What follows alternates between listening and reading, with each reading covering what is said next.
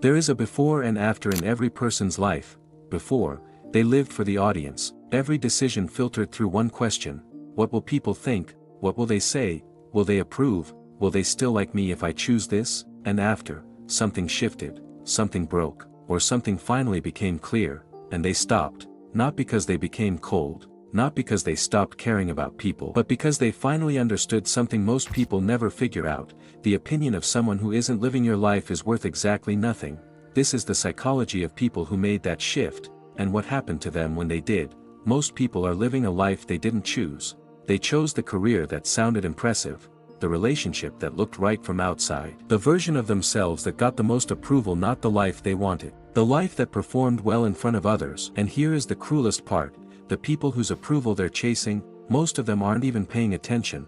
They're too busy worrying about what you think of them. You are performing for an audience that isn't watching, living for a crowd that forgot about you 5 minutes after you left the room. That is the prison, built entirely by you, with your own thoughts. The moment you genuinely stop caring what people think, 3 things happen immediately. First, you become faster.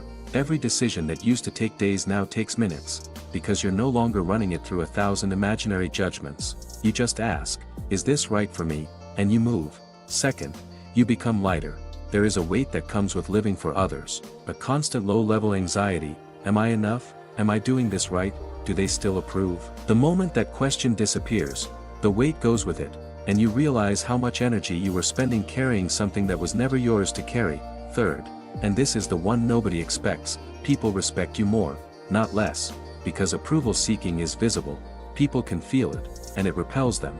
But someone who needs nothing from the room, someone who is completely themselves regardless of who is watching, that person commands attention without asking for it. So when does the shift happen? For some, it's betrayal. They spent years building themselves around someone else's approval, and that person left anyway, and in the wreckage they realized, the approval was never protection, it was just a feeling that could be taken away at any moment.